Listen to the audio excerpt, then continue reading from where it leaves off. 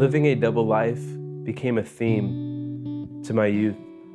I always had to overlook my shoulder to see whether or not my parents were going to come home, whether they were going to leave, whether they were going to come up the stairs.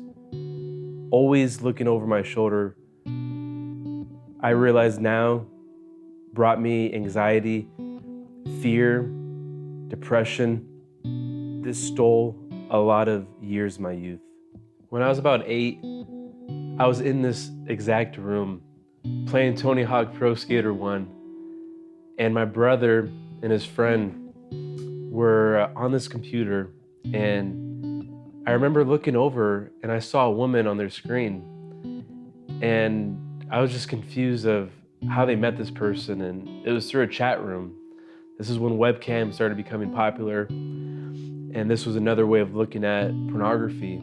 And from that day on, I just knew that lust and porn was going to be one of the biggest battles to fight ever. By the time I was 12, when my parents got divorced, I noticed I had a misunderstanding of love, a misunderstanding of relationships. So I used pornography to get through my confusion, to get through my appetite. And I never knew that the flesh was a machine that was never going to be satisfied.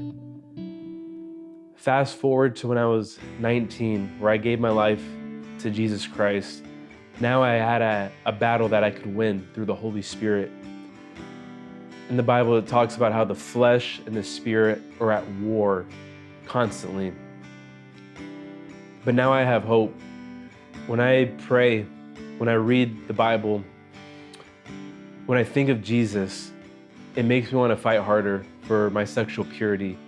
You know, Jesus says if you lust in your heart, you've committed adultery already. So that's how far I'm willing to go every day, is to realize even before pornography, there's a battle in my heart of lust.